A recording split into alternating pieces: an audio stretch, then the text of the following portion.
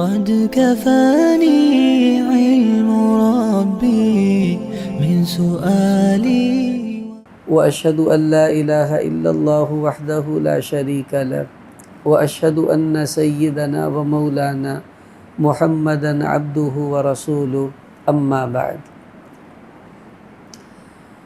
گرمی کا موسم تقریباً اب شروع ہے اور آگے اس کا زور ہی چلے گا۔ آج ہمارے درس کا موضوع یہی ہے کہ موسم گرما کو ہم کس طریقے پر اس طرح گزاریں کہ یہ پورا موسم اللہ تعالیٰ کی رضا کا ذریعہ بنے اور یہ سارے کا سارا موسم گرما سنت کے مطابق گزر جائے۔ وہ کون کون سے اعمال ہیں جو ہم اس موسم میں کریں اور اللہ ہم سے خوش ہو جائیں، اور وہ کون کون سے عمل ہیں جن سے ہمیں بچنا ہے تاکہ اللہ تعالیٰ ان سے ناراض نہ ہو جائے۔ تو بس یہی پورے درس کا ہمارا خلاصہ ہوگا۔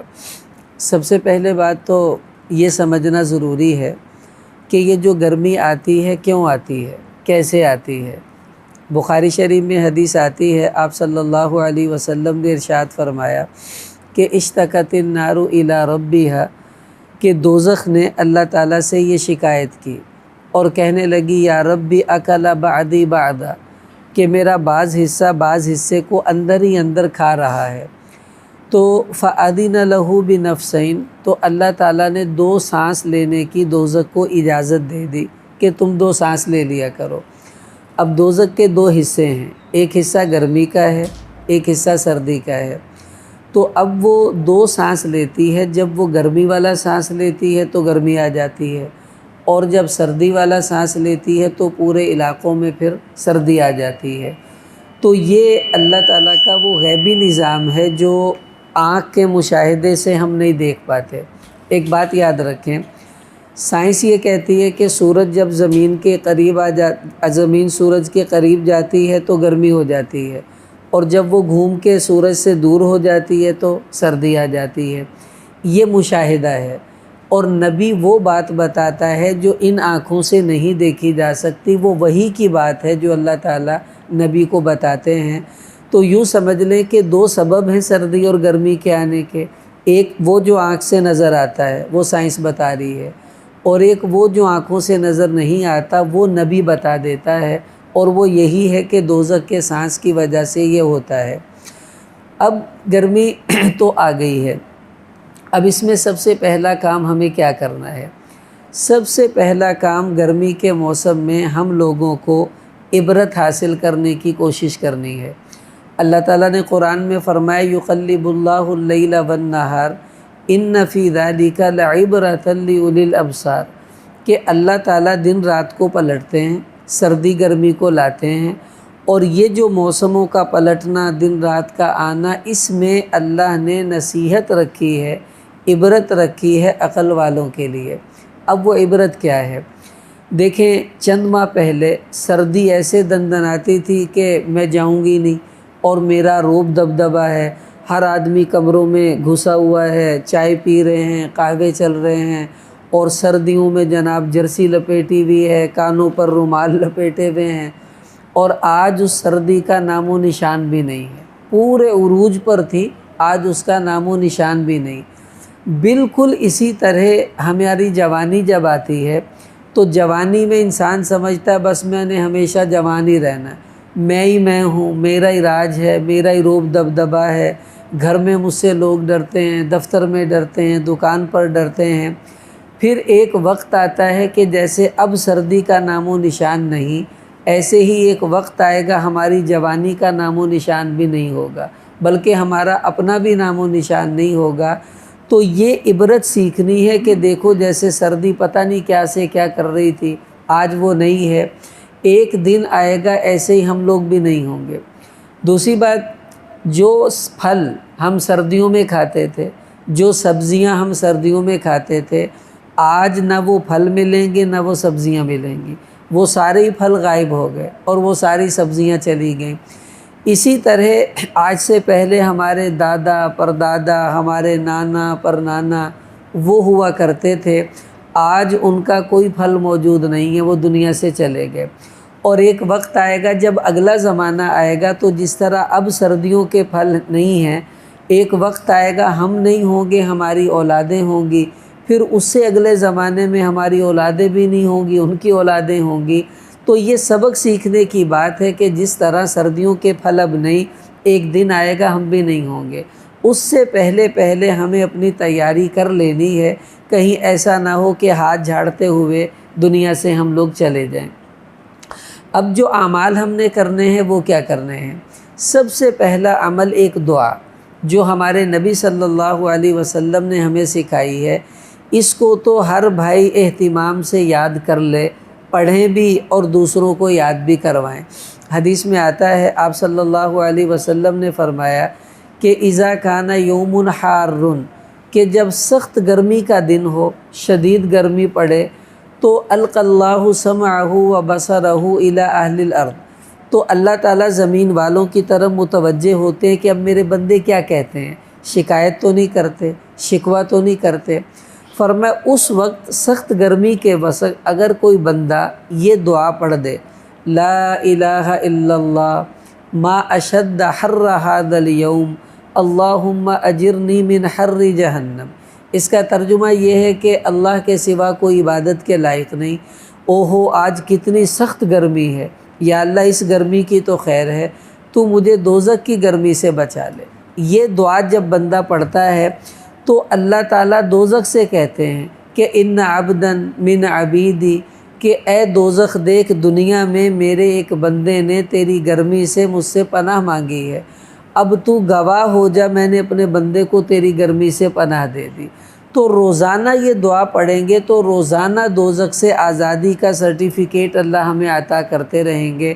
اب دیکھیں تقریباً 12 بجے کے بعد گرمی کی شدت ہوتی ہے اور 4-5 بجے تک شدید وہ شدت کا وقت ہوتا ہے، تو اس دوران ہی یہ دعا پڑھنے کا وقت ہے، تو اگر ہم اس کو یاد کر لیں تو ہمارے لیے کتنی بڑی سعادت ہوگی کہ روزانہ کی سنت بھی ادا ہوگی، دوزخ سے آزادی کا پروانہ بھی ملے گا اور جنت کا سرٹیفکیٹ بھی گویا ہمیں اللہ تعالیٰ دیتے چلے جائیں گے۔ اس کے بعد اگلا کام یہ کرنا ہے کہ ہمیں گرمی کے موسم میں صبر کا مظاہرہ کرنا ہے اور شکر کا مظاہرہ کرنا ہے۔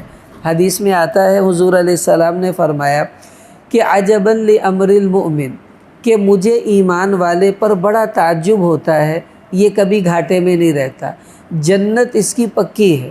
کیسے؟ فرمائے ان اصابتہ السراء شکر فلہ الجنہ، کہ اگر اسے کوئی خوشی پہنچتی ہے، راحت پہنچتی ہے تو یہ شکر ادا کرتا ہے، اللہ اس کو جنت دے دیتے ہیں۔ وَإِنْ أَصَابَتْهُ ضَرَّاءُ فَصَبَرَ فَلَهُ الْجَنَّةُ، اگر اسے کوئی مصیبت، تکلیف، بیماری، پریشانی آ جائے تو یہ صبر کرتا ہے اور صبر والا بھی جنت میں چلا جاتا ہے۔ تو اب ہماری گرمی میں 2 حالتیں ہوں گی۔ جب ہم باہر ہوتے ہیں، مثلا آپ گھر سے نماز کے لیے نکلے ظہر کی نماز پڑھنے، تو راستے میں لو چل رہی ہے، دھوپ ہے، گرمی ہے، تو صبر کرتے ہوئے مسجد تک پہنچیں، اور جو ہی مسجد کا دروازہ کھول کر اندر ٹھنڈے حال میں داخل ہوں گے، اے سی لگا ہوا ہوگا، اب شکر کا مظاہرہ کریں، یا اللہ تیرا شکر ہے الحمدللہ۔ تو آتے آتے صبر کریں، جب اندر آ جائیں تو پھر شکر ادا کر دیں۔ پھر یہاں سے نکلیں گے راستے میں پھر گرمی، پھر لو، پھر دھوپ، اب صبر کرتے ہوئے گھر جائیں کہ اللہ تیرا فیصلہ ہے، تیرا موسم ہے، کوئی بات نہیں۔ اور جو ہی گھر اپنے اے سی والے کمرے میں جائیں، پنکھے والے کمرے میں جائیں تو ٹھنڈی ٹھنڈی ہوا لگے گی، اللہ کا شکر ادا کریں، اب شکر سے جنت لے لیں گے۔ تو یا ہم نے صبر کرنا ہے یا ہم نے شکر کرنا ہے، یہ 2 حالتیں ہماری ہونی چاہیے۔ جنت انشاءاللہ ہماری پکی ہے۔ تو موسم گرما یہ جنت کے لینے کا موسم ہے، صبر سے لے لیں یا شکر سے لے لیں۔ پھر بے صبری کا مظاہرہ اس موسم میں نہیں کرنا۔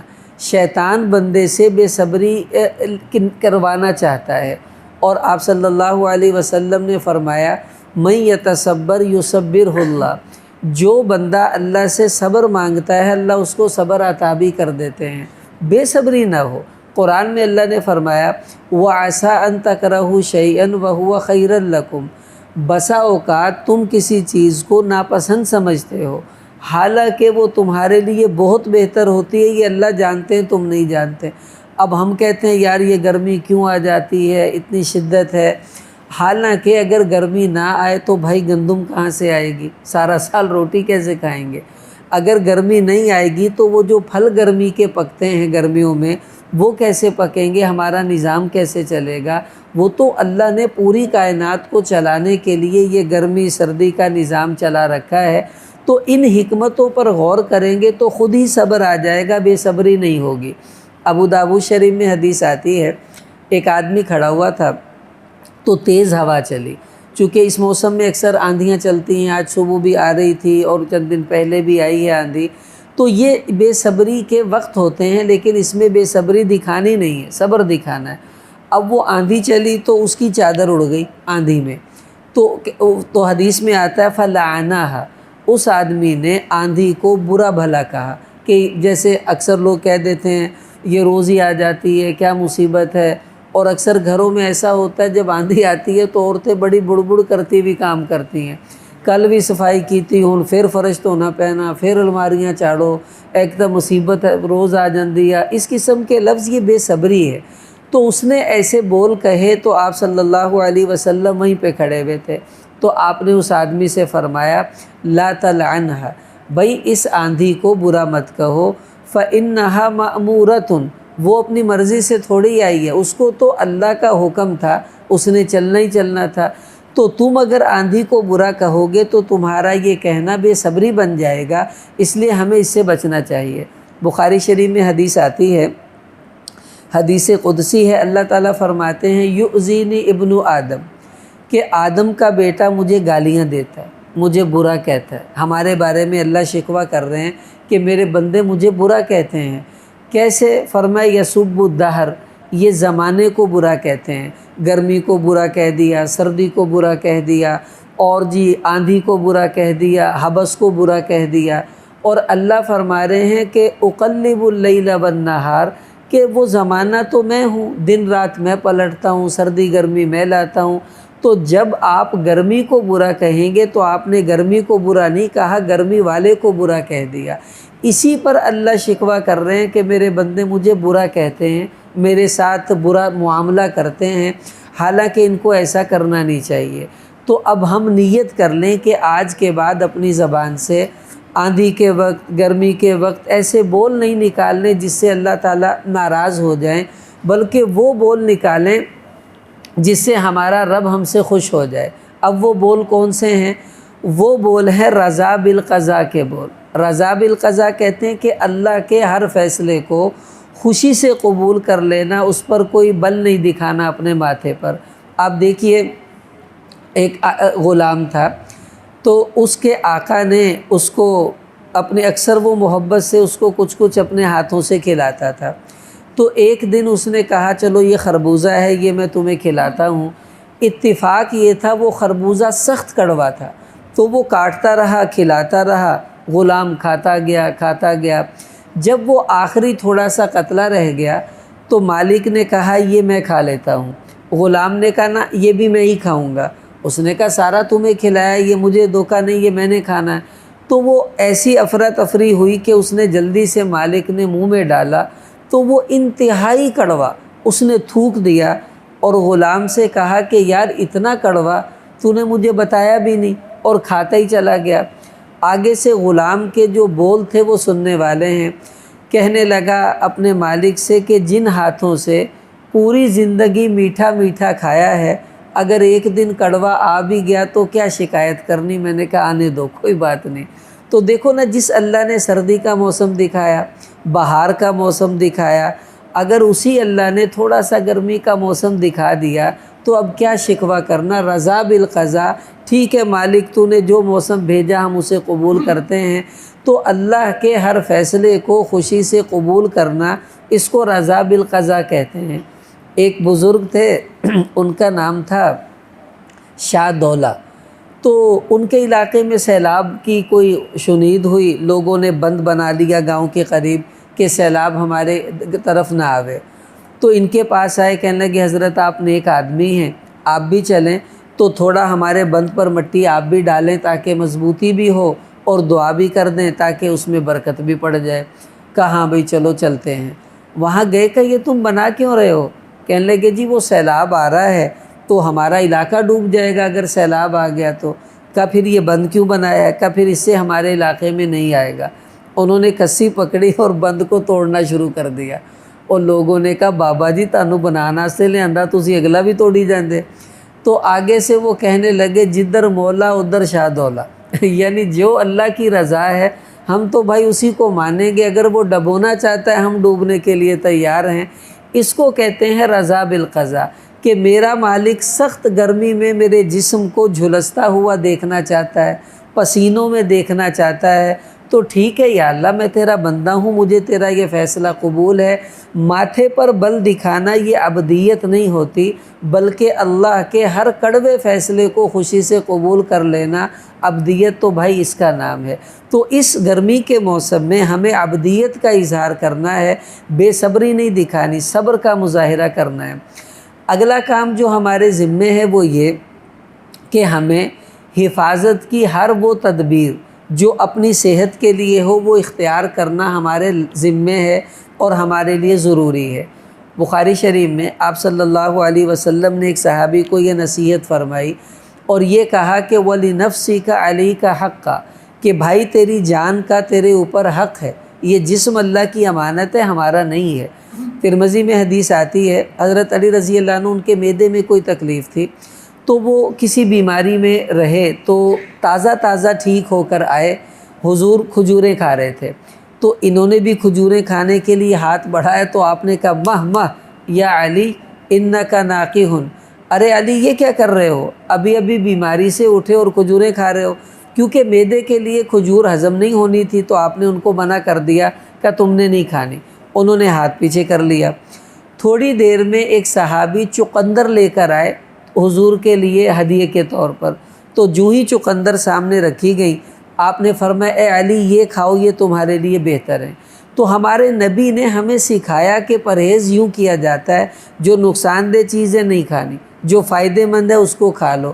اب گرمی کے موسم میں ہمارے ذمے ہمارے دین نے یہ ڈیوٹی لگائی ہے کہ اپنے جسم کی حفاظت کرو، جو چیز نقصان دیتی ہے اس سے بچو۔ وہ کیا ہے؟ مثلاً باہر نکلیں رومال لپیٹ کر نکلیں، کہیں لو نہ لگ جائے۔ اسی طرح پانی وانی پینا ہے، بہت زیادہ ٹھنڈا پینا پکی بات ہے اس سے آپ کا گلا خراب ہوگا، آپ کا سینہ رک جائے گا، کھانسی ہوگی، نزلہ زکام ہوگا، تو بیماری کو دعوت تو ہم خود دے رہے ہیں کہ جب ہم نے برف ہی گھول گھول کے پینی ہے تو بیمار تو ہوں گے نا۔ تو تھوڑا نارمل پانی پئیں تاکہ ہم کسی وجہ سے بیماری کا شکار نہ ہو جائیں۔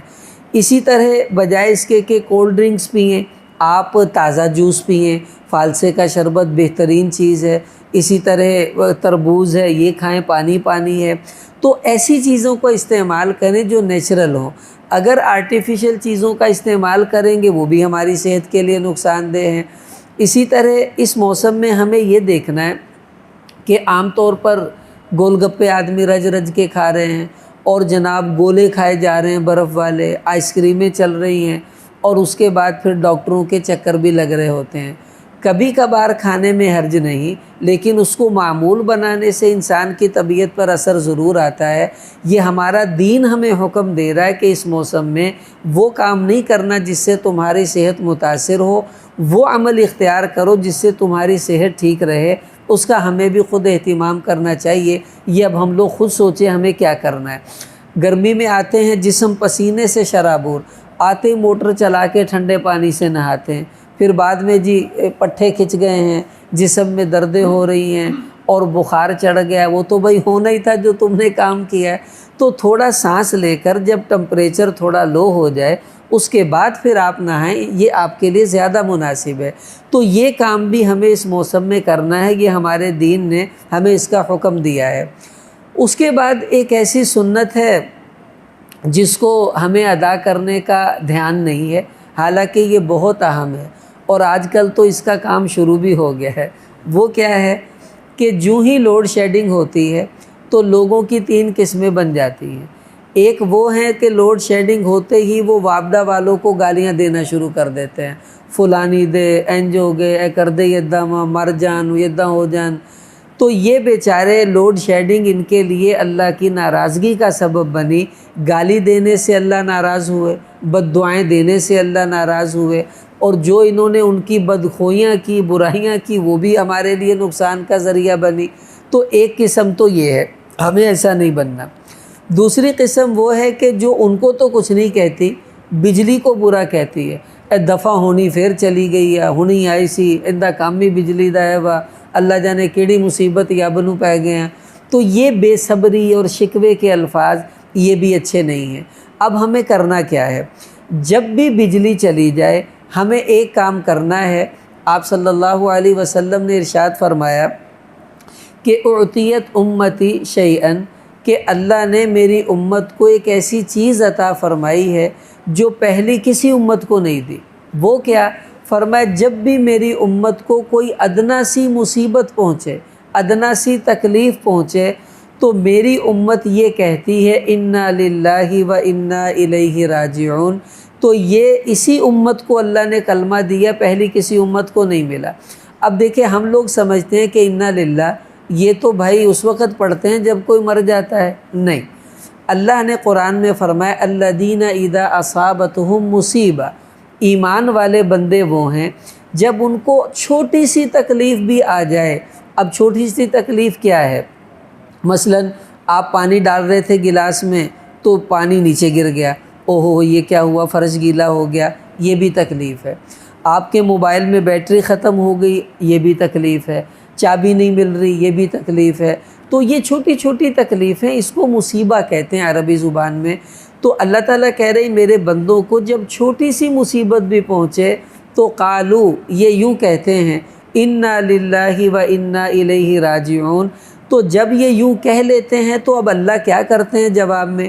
اب جو ہی بجلی جائے گی اور ہم انا للہ پڑھیں گے، اللہ فرما رہے اولئک علیہم صلوات من ربہم ورحمہ، اسی وقت اللہ کی رحمتیں اور اللہ کی خصوصی نظریں ان بندوں پر پڑھنی شروع ہو جاتی ہیں۔ تو اب دیکھیں بجلی جائے اور ہم انا للہ پڑھیں اور اللہ کی رحمت ہماری طرف متوجہ ہو جائے، یہ کتنا اچھا کام ہوگا کہ ہم خود بھی انا للہ پڑھیں، اپنے بچوں کو بھی سکھائیں، اپنے گھر والوں کو بھی اس کا اہتمام کروائیں کہ یہ نقصان ہوا، لائٹ چلی گئی، اب جلدی سے انا للہ پڑھ لی جائے، بجائے اس کے کہ ہم وابڈہ والوں کو گالیاں دیں اور بجلی کو برا کہیں۔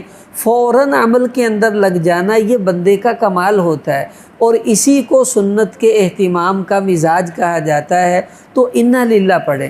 اب اس کا ایک فائدہ تو یہ کہ اللہ کی رحمت آ رہی ہے۔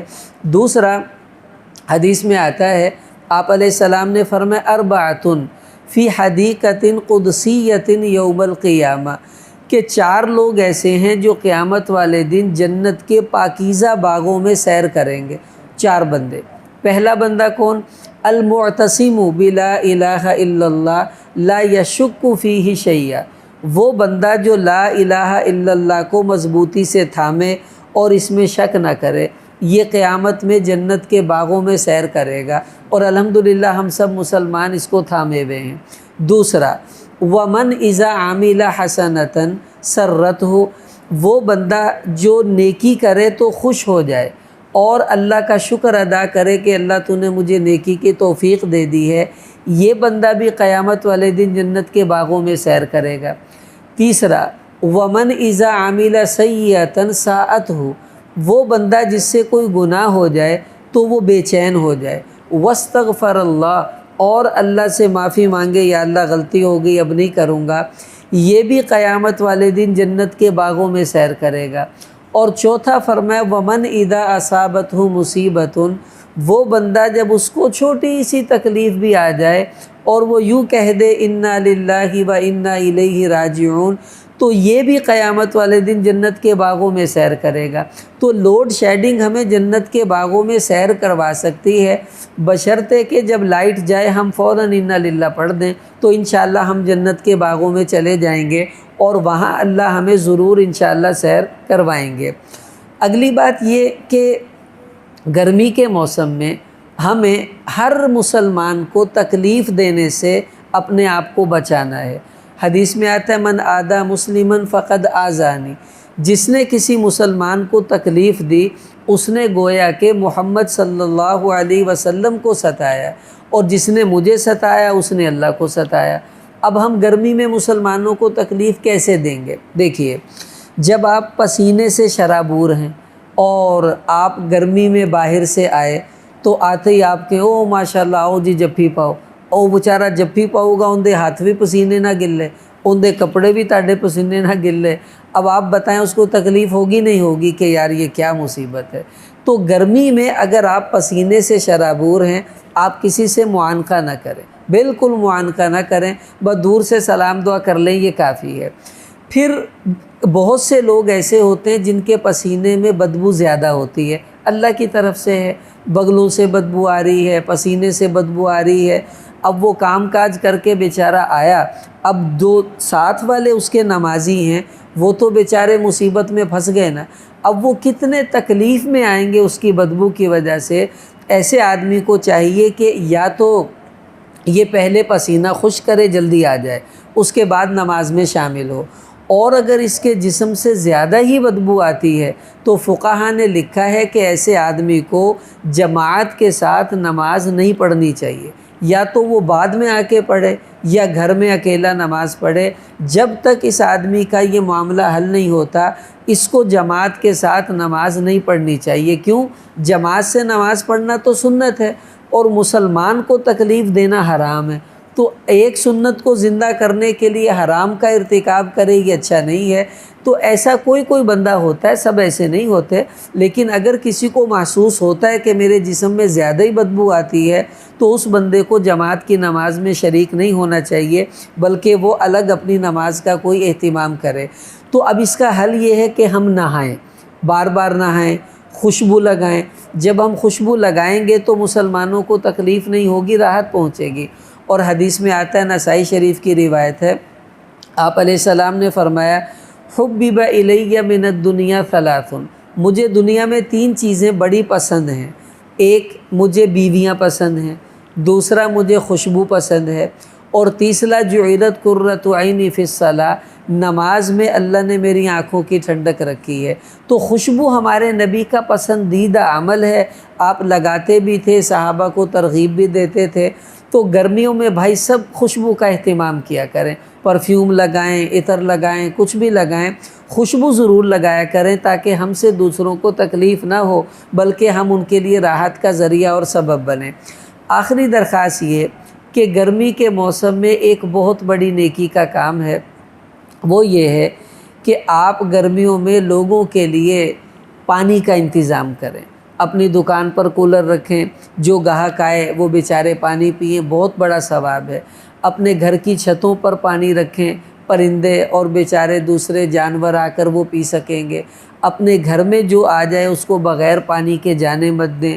مساجد میں پانی کا اہتمام کروائیں تاکہ نمازی پئیں گے، ہمیں اس کا ثواب ملے گا۔ تو یہ اتنی بڑی نیکی ہے، اتنی بڑی نیکی ہے کہ اس کو اس درس میں بیان نہیں کیا جا سکتا۔ اگلا درس اسی موضوع پر انشاءاللہ ہمارا ہوگا کہ پانی پلانا کتنی بڑی نیکی ہے، اور ہم کیسے کیسے کہاں کہاں پانی پلا سکتے ہیں، اور اس پر ہمیں ملے گا کیا، اور اس کے فوائد کتنے ہیں۔ اس سے بیماریاں دور ہوتی ہیں، گھر کی پریشانیاں دور ہوتی ہیں، اور کتنے فضائل پانی پلانے کے ہمارے نبی نے بتلائے ہیں، وہ انشاءاللہ اگلے درس میں اسی پر ہمارا بیان ہوگا کہ پانی پلائیں اور جنت کمائیں، اور اس میں کتنے سارے ہمارے لیے فوائد ہوں گے، وہ انشاءاللہ آئندہ آ جائیں گے۔ اللہ تعالی ہمیں ان باتوں پر عمل کرنے کی توفیق عطا فرمائے۔ کسی نے کوئی سوال کرنا ہو؟